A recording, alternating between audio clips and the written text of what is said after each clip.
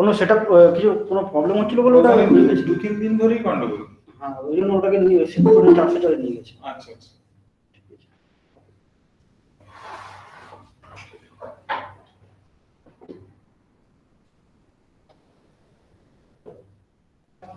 Okay, so can you see the board? I hope you can see. Yes, sir. Okay, good. Yes. Okay. So today will be the last lecture for my part, and please remember that from 13th, that is Friday, Professor Archon Majumdar will start to take your classes. Okay, so we have in the last lecture we have calculated the ionization energy of, theoretically calculated by using perturbation theory, the ionization energy of helium atom and singly ionized lithium atom and beryllium, doubly ionized beryllium. We have calculated this from using perturbation theory, and this was for the ground state, the ground states of these atoms. Today what we shall do is the last part. Today we shall look at the excited states of the helium atom. So the excited state configuration will be 1s1 and 2s1. Okay, so this is the excited state configuration, electronic configuration of the helium atom. So one electron will be in the 1s state, eigenstate, and the other electron will be in the 2s eigenstate of the 2s state of the helium atom. And you can easily see that the unperturbed energy in this case will be z square e square by 2a minus z square e square by 2a. So this will be the unperturbed energy, because one of the electrons is in the 1s state, so that will give an energy of this amount, and the other electron is in the 2s state, for which n, the principal quantum number for this is n is equal to 2, and you know that there is a 2n square downstairs, and that is why you get a factor of 8.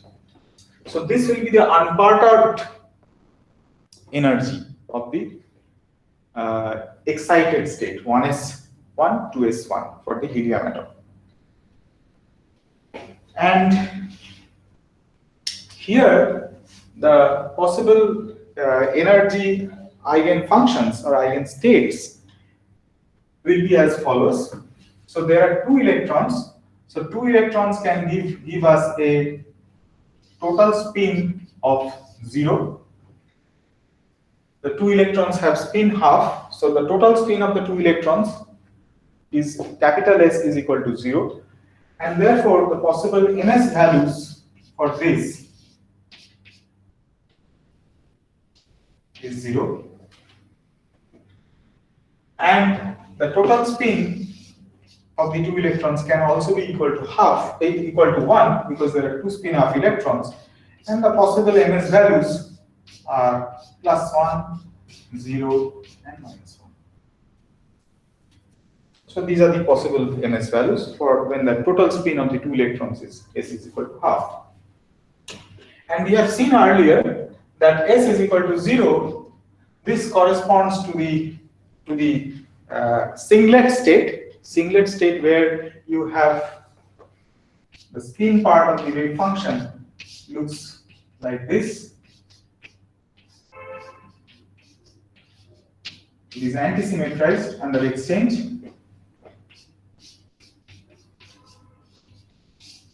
Okay, so this is the singlet state, and when the total spin of the two electrons is 1 in the coupled scheme, we are now talking in the coupled scheme. Here the possible ms values are these. Therefore what you have is, corresponding to +1, you have this state, corresponding to 0, you have this is symmetric. All the three states, possible states corresponding to 1, 0, and -1 are symmetric under exchange of the spins, and therefore we have the following spin eigenstates. These are all symmetric. So this corresponds to ms is equal to +1, this corresponds to ms is equal to 0, and the other one we have as 1. So this corresponds to ms is equal to -1. So there are three states possible. These are called the spin triplet states, and only one state is possible when the total spin of the two electrons is 0. This is the spin singlet state. So now let us look at the singlet state first. So in the singlet state, what we have is, let me write it down. Let me write this configuration in a compact notation as 1s 2s. So it means that one of the electron is in the 1s state and the other electron is in the 2s state, 2s eigenstate. So let me write this fact in a compact notation in this way. And let us consider the first case, the spin singlet state. So in this case, you have a standard spectroscopic notation which is 2s1 Lj. This is the standard spectroscopic notation. What is this? It tells you that this capital S is the total spin of the electrons. In this case, there are two electrons, so it is the total spin of the two electrons. And 2s, 2 capital S plus 1 is the spin multiplicity. That means it is the number of ms values. This L is the total orbital angular momentum of the electrons. In this case, it is the total orbital angular momentum of the two electrons. And this J is the total angular momentum of the two electrons, which is the sum total of the total orbital angular momentum as well as the spin angular momentum of the two electrons. So for this state, so this is the spectroscopic notation, 2 capital S plus 1 Lj. So for S is equal to 0, S is equal to 0, this is 1. So it tells you that the spin multiplicity is 1. That means you have only one ms value.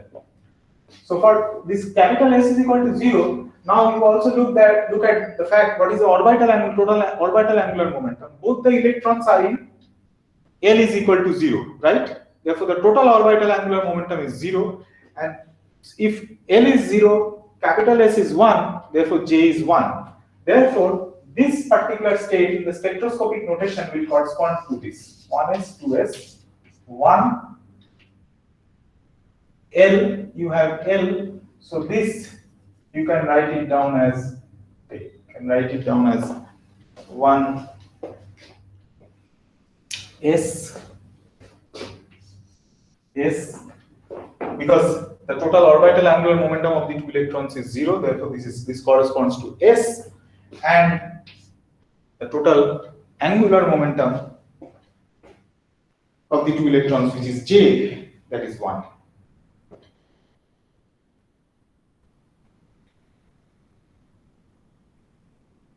Oh, this will be 0. This is 0 because capital S is 0. If capital S is 0, therefore J is L plus S is 0. Because this is 0, this is also 0. This is 1s, 2s, 1 is 0. This 1 stands for the spin multiplicity. This 0 stands for the total angular momentum of the two electrons. And this corresponds to the total orbital angular momentum of the two electrons, which in this case is 0. Therefore, this corresponds to S. This is the spectroscopic notation. And what will be the eigenfunction or eigenstate? This is what we are writing is the unperturbed. As before, we are writing down the unperturbed eigenstate.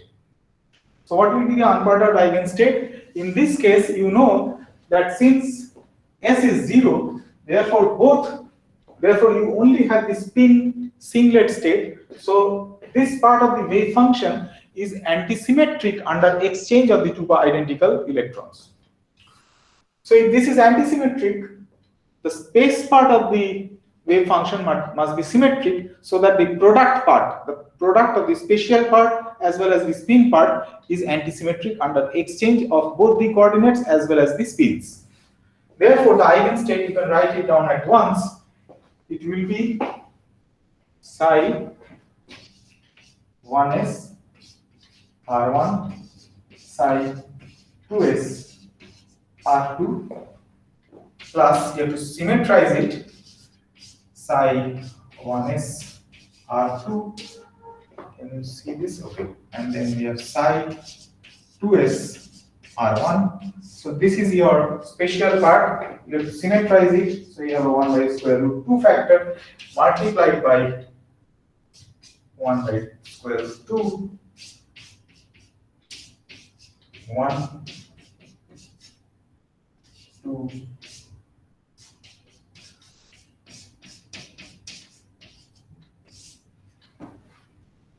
so you see the unperturbed eigenstate corresponding to this electronic configuration, where this is the compact notation 1s, 2s, and this is the spectroscopic notation, which actually tells you what is the total spin of the two electrons, what is the total orbital angular momentum, and what is the total angular momentum of the two electrons.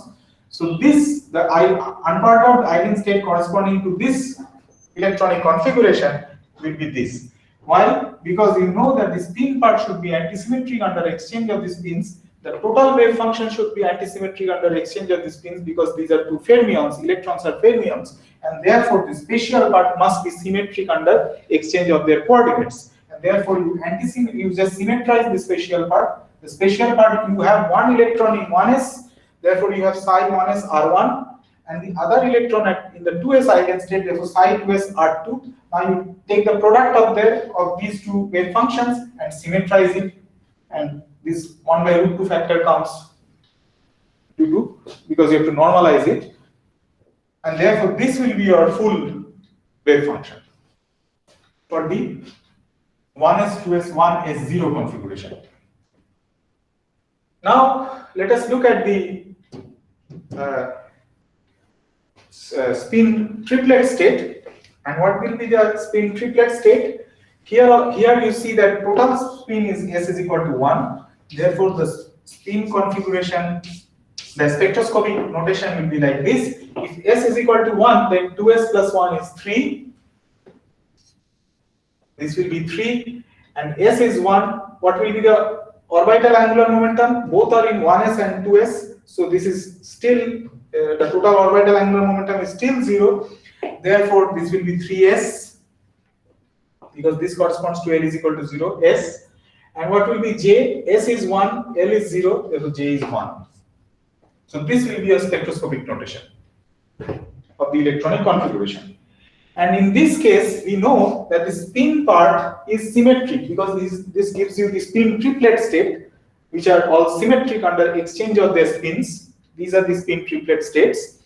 Since it is symmetric under exchange of the spins, the spatial part of the wave function should be antisymmetric under exchange of the spins. Therefore, the eigenfunction corresponding to this one will be 1 by root 2. You have to antisymmetrize the wave function. So this will be psi 1s r1, psi 2s r2 minus psi 1s r1, psi 2s r2. So this gives you the antisymmetric, the spatial part is now antisymmetric under exchange of their coordinates, and this has to be multiplied by the spin. So this will be multiplied by this. So this thing is the spatial part, and then you have, this will be multiplied by this. We have already the symmetric spin part of the wave function. So all these three states are symmetric under exchange of their spins. So as a whole, this product, this is the product wave function from here to this point, all these three things. The product wave functions will be antisymmetric under exchange of both the coordinates as well as the spins of the identical particles. Sir, for this original state 1s, 2s, 3s1, are we going to get a superpose of the three spin states for the triple state? No, Or these are actually degenerate. yes, okay, okay. Yeah, I understood. Okay, these are Yeah, the degenerate states that you have. yes. Okay. Okay.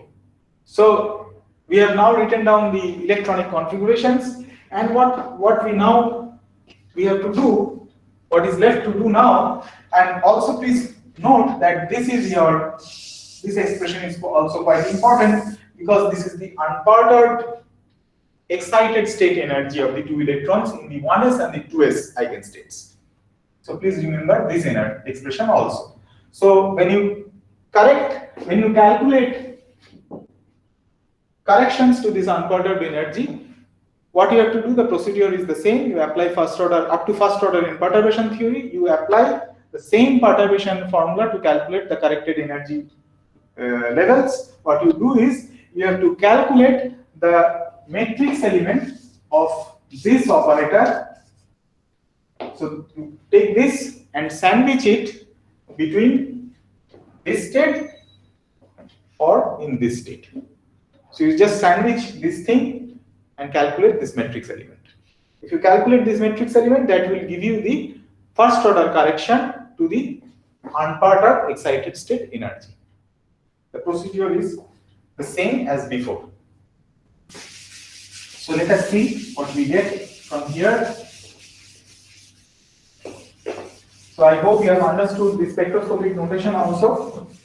This is quite important.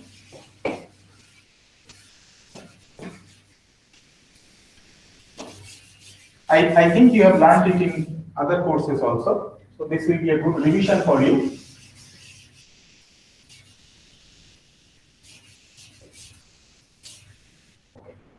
So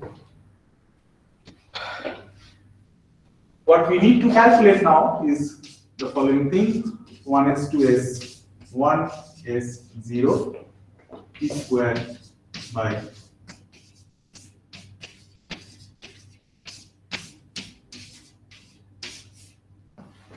this is what we want to calculate.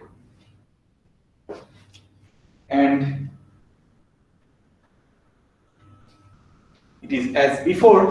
What we shall do is, we shall just substitute these things here, and if you do that, we will get and put in complete set of position eigenstates. So if you do that, you will get dq tar1, dq tar2, and then we will have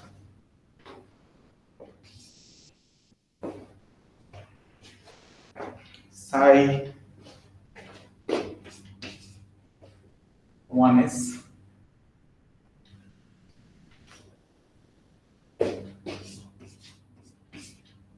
r1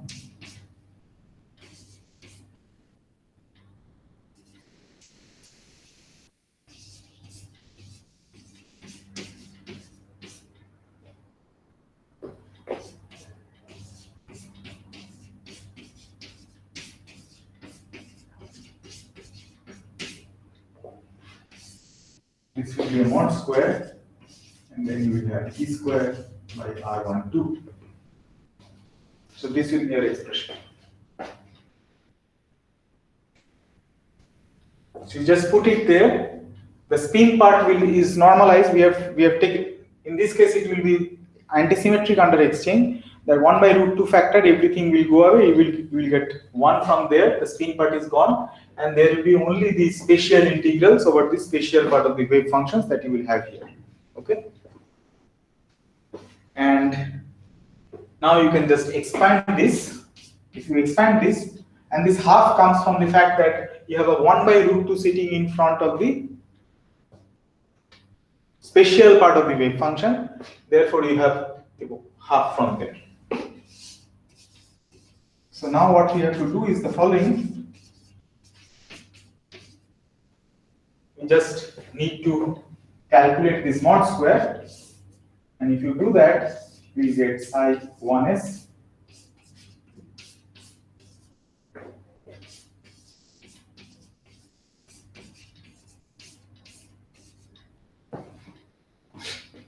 we'll get this. Then we have psi 1s R2.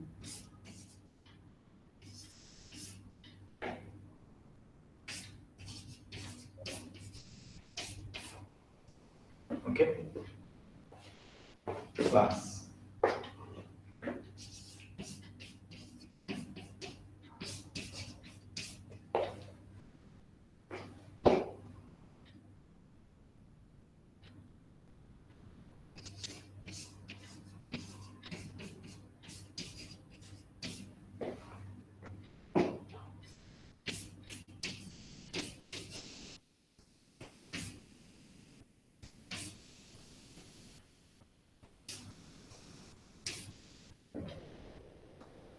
so these are the cross terms that you have, and finally we shall have psi star 1s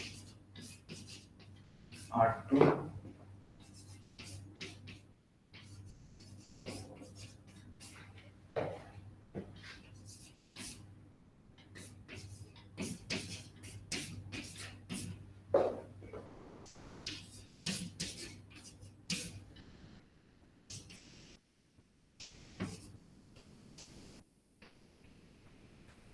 That is what we have. So if you just calculate this mod square, you will get these 4 terms. And the first 2 terms, this term and this term, this will add with each other. So they will get, because in this term, what you can do is you can change R2 to R1 and R1 to R2, because these are dummy indices. Therefore, this will add up. You can do the same thing for these 2 terms. This will also add up. And that will lead to the cancellation of this half factor, and we shall ultimately get d cubed R1, d cubed R2, then psi 1s R1 mod square, this multiplied by e square by R12.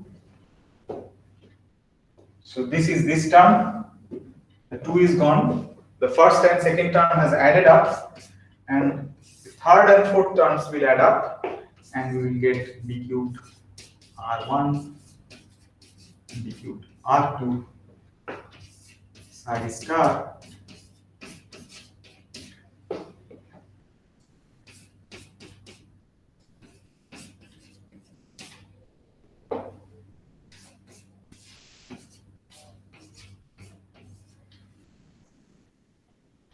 psi 1s R1, psi 2s star R2, and then we'll have psi 1s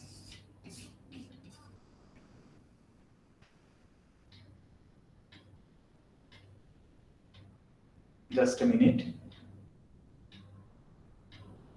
In the third term, sir, This will be R2.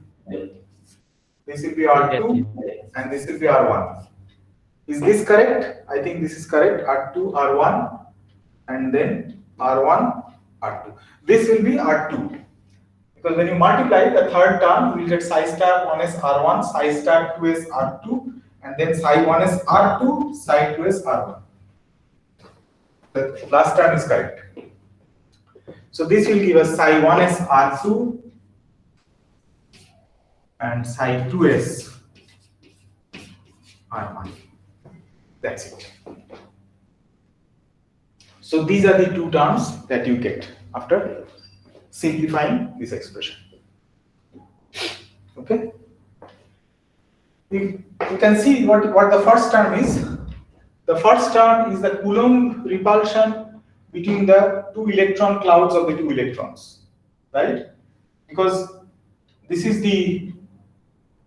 basically the, you can interpret along with the E. If you absorb the E in this one and 1 E in this one, so these are basically the charge densities of the 2 electrons, and therefore this first term can be interpreted as the Coulomb repulsion between the 2 electron clouds.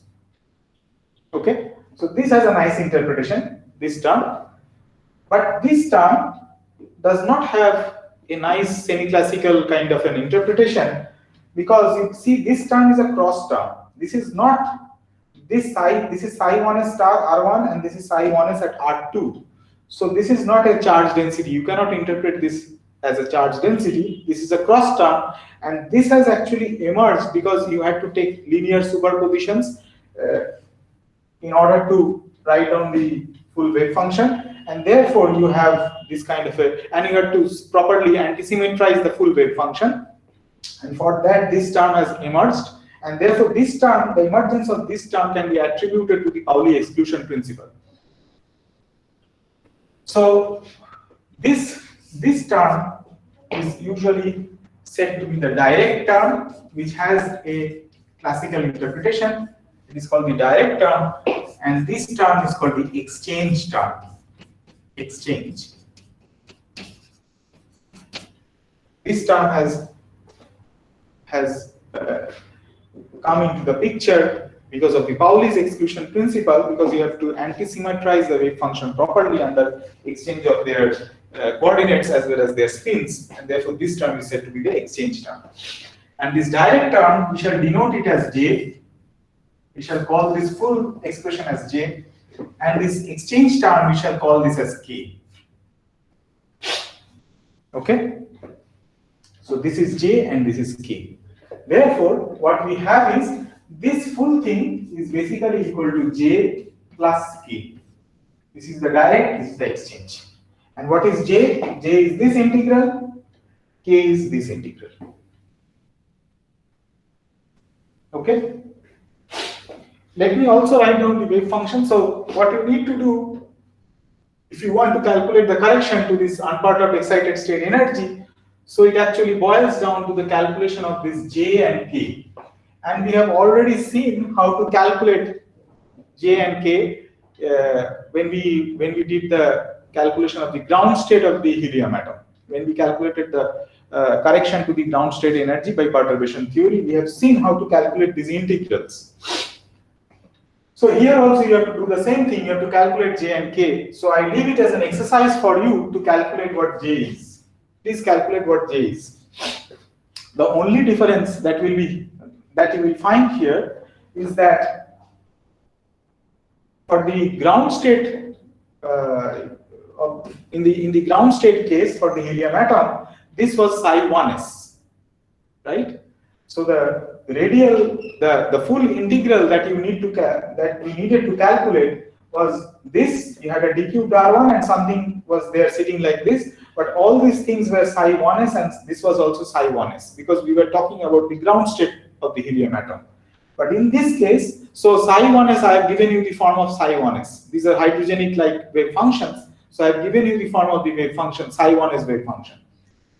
But in this case, it is not psi1s, it is rather psi2s. So you need to put in the radial part, you need to put in the proper radial part of psi2s.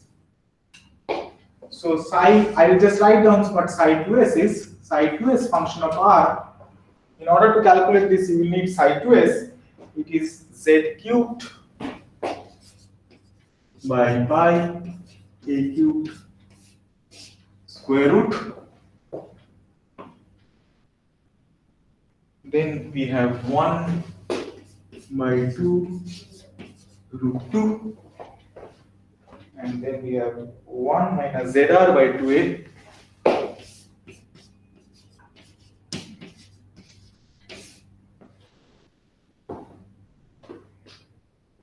To the 1 minus zr by 2a e to the power of .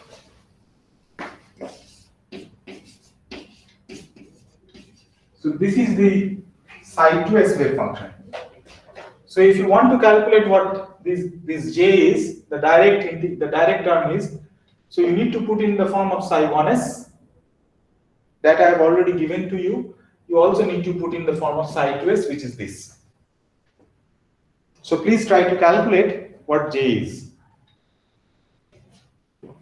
Let us now look at the other term. So what we shall do is, we shall modify, we shall change this to 3, and in this case it will be 1, this will be 3, this will be 1. So if you follow the same procedure, in this case the radial part of the wave function will have a minus sign because we are talking about the spin triplet states. Therefore, they are symmetric under exchange of their spins. But since the total wave function must be antisymmetric under exchange of both the coordinates as well as the spins, therefore the radial part, the spatial part rather, the spatial part of the wave function must be antisymmetric under exchange of the coordinates, and therefore you will have this thing. So now you antisymmetrize this thing, and this will be your expression. So this will remain plus, only modification will be this will be minus, and this will be minus. And everything will remain same. These two signs, this will be plus, this will be minus, and this will be minus. Once again, they will add up. So this will remain like this, and this will be a minus. So in this case also you have the same direct term and you have the same exchange term. In this case also you have the same things, and therefore this thing, this particular 3s1, this will be j minus k. So the matrix element of this Coulomb repulsion term in 3s1 is j minus k, and in 1s0 is j plus k. Okay? This is what we shall have. Sir, can you repeat that j minus k, j plus k once? Okay, this was j plus k for 1s0, right? Yes. This was j plus k. Yes. Now we are calculating 3s1. We are calculating the matrix element of E square by R2 between these two states. 3s1. The spin triplet states. Okay. Yeah. Yes. Yes. In this case, you have a minus sign because the spatial part of the wave function is antisymmetric under exchange of the coordinates. Yes. The spin part is symmetric because these are spin triplet states. Yes. Therefore, the full wave function is antisymmetric under exchange of both the coordinates and the spins. Yes, sir. Therefore, what you will have the same expression as earlier, but now you have a minus sign here, and then you have to compute the mod square of that. So if you just take mod square, this will give you this term, this will be this term, plus the cross terms you will have a minus sign. Yes. Okay. I understand. Now you just add up, so this will lead, you will get j and minus k. Okay, sir. Yeah. This is j minus k, and let me write down the other one also, it will be j plus k.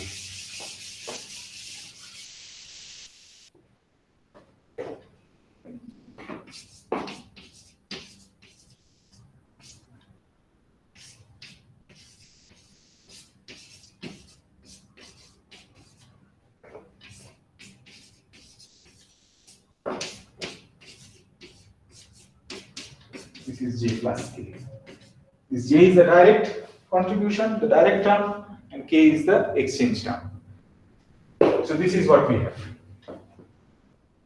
It is important to note actually, if you did not antisymmetrize this correctly, had you not antisymmetrized this properly, the wave functions, even if they are electrons, but you are not antisymmetrizing it, so you are making a mistake. Okay, so if you make this mistake, then you will not get the cross term. You will not get the exchange term.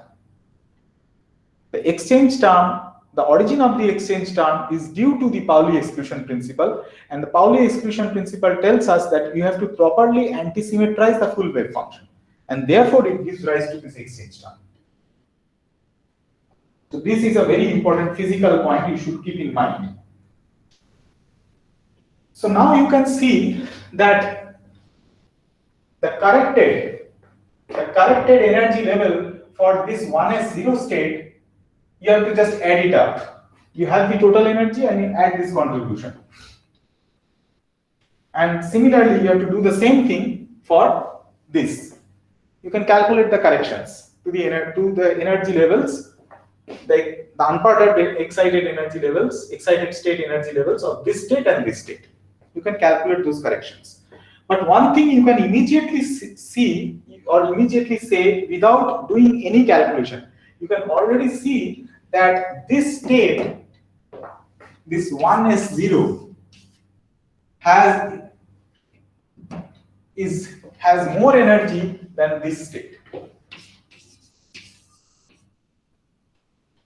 Right? Because this is J plus A, K. So what will be the corrected energy state? You just subtract the two. Because the unperturbed excited state energy is the same for the two states. Agreed? I have already written it down. It is E. It is the same for these two states. The only difference comes from this perturbative corrections. So if I subtract this from this, then what will you get? You will get K. You will get 2K, twice the exchange term. Yes. Right? And K is positive. Therefore, you can immediately say that the energy of this level will be greater than this level. The energy of this level. You can immediately say that, and if you calculate it correctly, so 1s0, 3s1. This state has a greater energy than this state, and if you calculate this difference of energy, this is of the order of 20 electron volts.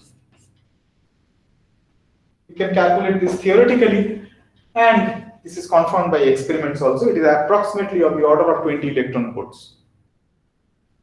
This you can say, this 20 electron volt you cannot say without calculation. You have to do the calculation precisely. But you can immediately say from this structure that we have obtained that this state 1s0 will have a greater energy than this state 3s1. This you can say immediately. And what will be the difference between these two states? Difference in energy. The difference will be 2K. Because I have to subtract this from this, J and J will cancel. Therefore, it will give us 2K. So in order to check what this energy difference is, which I have already written it here, it is of the order of 20 electron volts. You have to calculate K, and then you have to multiply it by a factor of 2.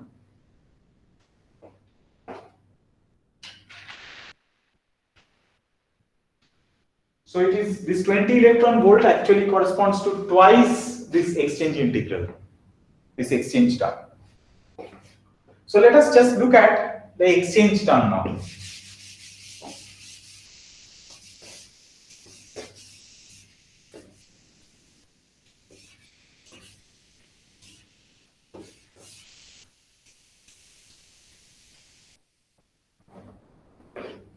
So this exchange term K is integral d cubed r1 d cubed r2 e square r12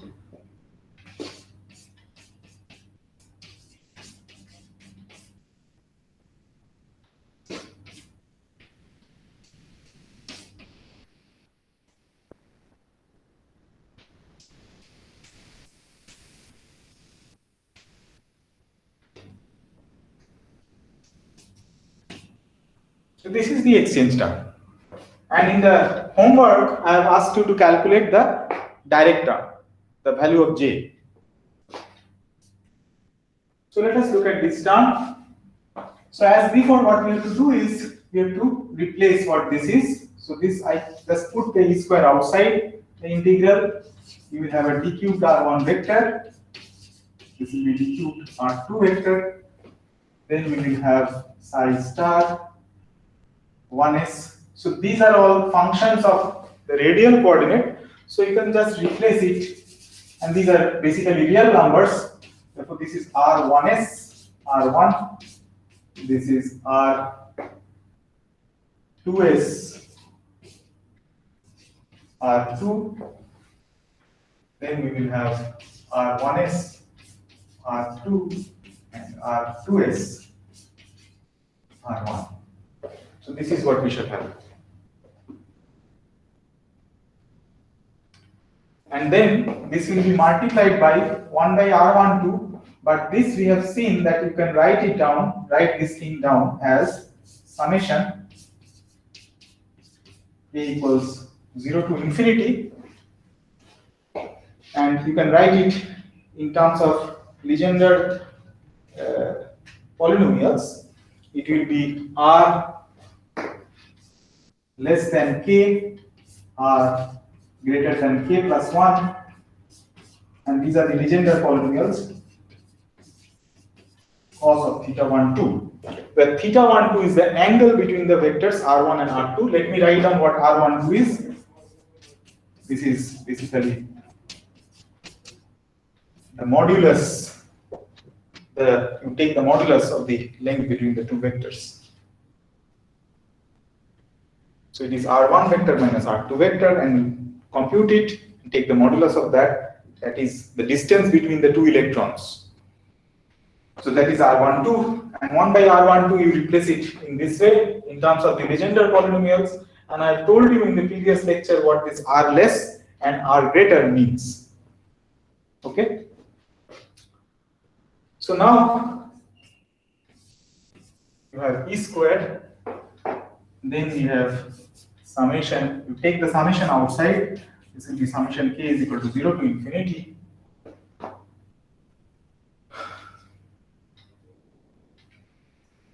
Then we will have d cubed r1, d cubed r2. This full radial part will be there. r1s, r1, r2s, r2, r1s, r2, 2s, r1 is the full radial part. This will be multiplied by r less k by r greater k plus 1. And now you have this pk cos theta 1, 2. Once again, you replace this by the spherical harmonic addition theorem, which I have written down in the previous lecture. It will give you a factor of 4 pi. This will give you a factor of 4 pi, so you can write 4 pi outside, coming from the spherical harmonic addition theorem, and then you will have a 1 by 2k plus 1 summation over q y star k q theta 1 phi 1 y k q theta 2 phi 2. Okay.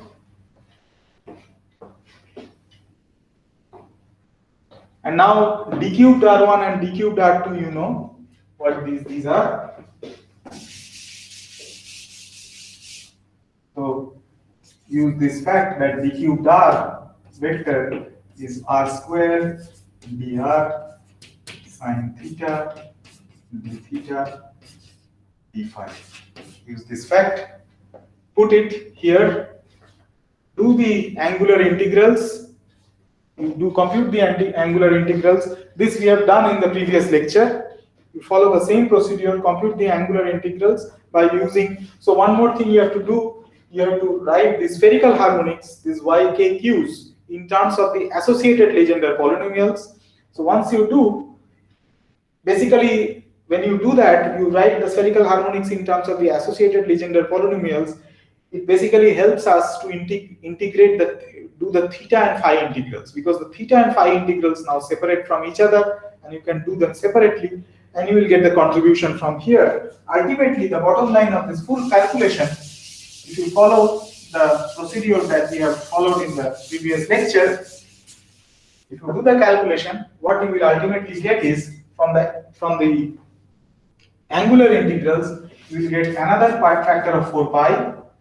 So that 4 pi and this 4 pi will give you a 4 pi whole square. So you will get 4 pi e whole squared, and then we will have dr1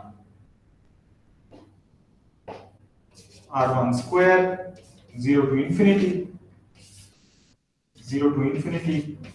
r2 square Br2 times R1s, R1, 2s, R2, 1s, R2, this R1. So this is what you will get. Remember that k, when you carry out the angular integrals, this k will be 0. Only then the integral contributes. So you will have a 1 by r greater. So this will be the final result that you will get from this calculation.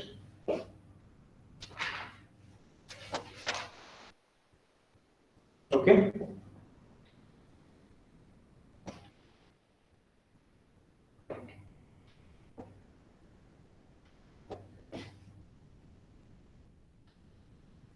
So what you can do for convenience, you can just change this R to R1 to R and this R2 to R prime. This is just, you can do it, you may not do it, it is up to you. So this R1 is R, this R2 is R prime, this R2 is R prime, and this is R.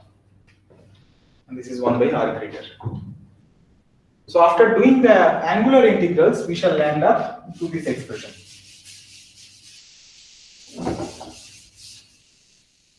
So please fill in the steps, the steps that I have left out. You just follow the procedure that I have shown you in the previous lecture. Follow that procedure, you will get to this point. And now this will be equal to 4 pi e whole square. Then this is an integral 0 to infinity r square dr. And once again, you break this up from 0 to r. So this will be r prime square dr prime. And then you have this full thing, the radial part, the radial wave functions, write down the radial wave functions. And then you have 1 by r greater. But which one is greater in this range? In this range, r is greater than r prime. Therefore, you have a 1 by r here. Plus integral r to infinity r prime square dr prime. Once again, you have the same thing, the same radial part here. But in this case, which one is greater out of r prime and r? Here, r prime is greater than r. Therefore, this will be 1 by r prime. And you know what R1s is, you know what R1s is, you know what R2s is. You have to substitute there and you have to do all these integrals, all these radial integrals, which is quite tedious to do, but you have to do it. Please do it. These are quite straightforward integrals, as I mentioned in the previous discussion, that these integrals are quite straightforward. But it is a bit laborious, you have to do it, you have to keep on doing it. But you can do it simply by applying integration by parts.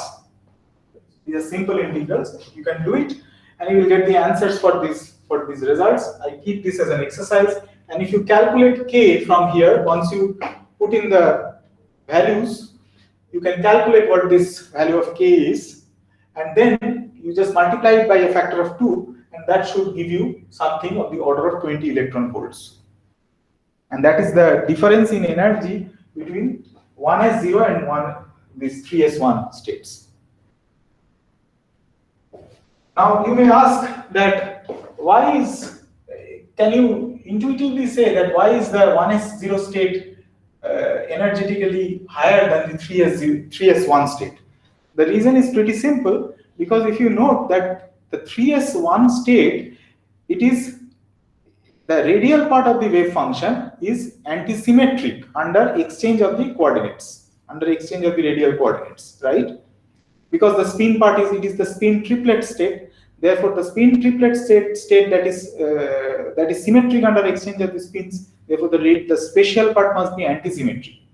And therefore, since it is antisymmetric under exchange of the coordinates, therefore, the electrons actually try to avoid each other. because if they come close to each other, it will vanish because it is antisymmetric under exchange. Therefore, the electrons try to avoid each other for the spin triplet states. And since the electron tries, the two electrons tries to avoid each other, therefore the Coulomb repulsion for the spin triplet states is smaller than the spin singlet state. And therefore, the spin singlet state is energetically higher than the spin triplet state. This is the intuitive way of understanding without doing any calculation. You can understand why this state is energetically higher than this state on just physical considerations. But if you want to match, if you want to get a quantitative understanding of what is going on, then you have to calculate. You have to start calculating things, and you can calculate it, and you can match it with experiments. And the agreement is quite good. And the last thing that I would want to mention to you is you can look at higher states also. For example, in this part, the thing that we have discussed in today's lecture, we have talked about the 1s 2s configuration, but you can talk about other configurations as well.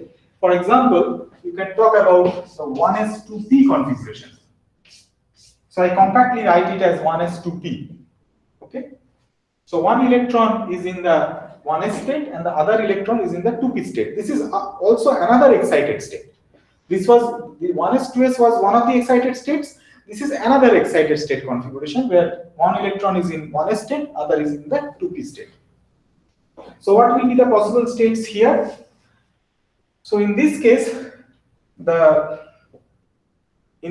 what you will have is you can have S is equal to 0 once again, right?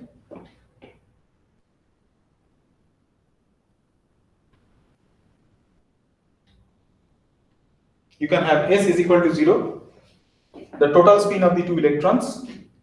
Now, what is the orbital angular momentum quantum number? The total orbital angular momentum quantum number, for this it is 0, for this it is 1. Therefore, the total orbital angular momentum quantum number, capital L, is 1.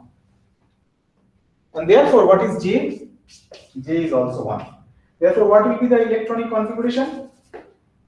This is S is equal to 0. Therefore, the spectroscopic notation, the spin multiplicity, the number of possible capital M S values are 1. 2s plus 1 is 1 because S is 0. L is 1. L is 1 means you have P, and J is 1. So this is the spectroscopic notation corresponding to this state. And you can write down the wave function now. So since the spin S is 0, therefore the spin part is basically, you have to, the spin part of the wave function, you have to anti-symmetrize it, and therefore you have to symmetrize the spatial part of the wave function. So you can do that. So that is the spin singlet. This is the spin singlet.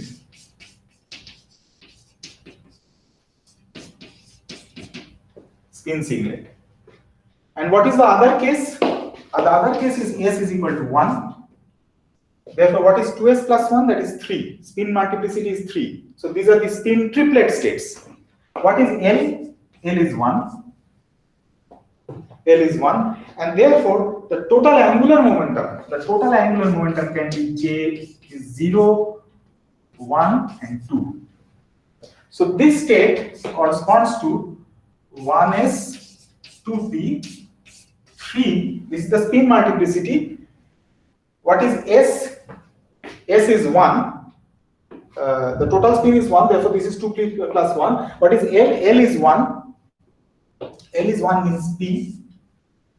And what is J? J is 0, 1, 2. So these are the triplet states, spin triplet. These are also excited states.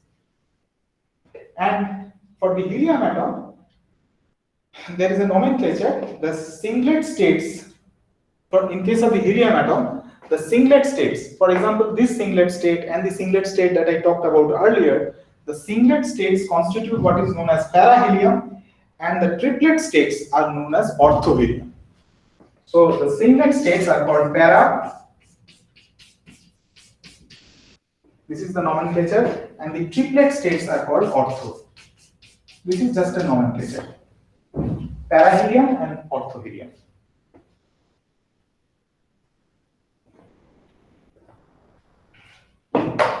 So you can once again start calculating what the correction to the, first of all you have to write down the ground unperturbed excited state energy for these states. You write the unperturbed excited state energy. That is quite simple to write because it will not change, because it will only depend on the principal quantum number. It will be the same as before, and then you can start calculating the correction to the unperturbed excited state energy by using first order perturbation theory. So this actually completes my part on the identical particles section of the course. Another thing which I wanted to discuss is treatment of this helium atom by using the variational principle and using the Hartree-Fock approach. In this semester I shall not have much time because I have to take another course now, which will start from Wednesday. So I want to end my part for this course at this point. So if you have any questions that you want to ask, you can ask me by email if you have any doubts. But please go through this part, and if you have any doubts, you can ask me later. So let us finish the course, at least my part, let us finish at this point. Thank you very much. Do you have any? Thank you. Okay. If you have any questions, you can ask, or otherwise we can end for today. So just remember from Sir, can you suggest a yes. So can you suggest a book for this perturbation part? Oh, this you can get in any quantum mechanics book, right? Any quantum mechanics book that you follow, for example, Sakurai, anything. Any book which you want to, Sakurai or maybe Gottfried, any book you will get it. Any standard quantum mechanics text you will get these things. Okay. So thank you very much for today. Let us end at this point. And there is an announcement. Thank you, sir. Announcement. Please remember that from 13th, Friday, Professor Archon Mojumdar will take your classes, and the classes will start from 12 o'clock.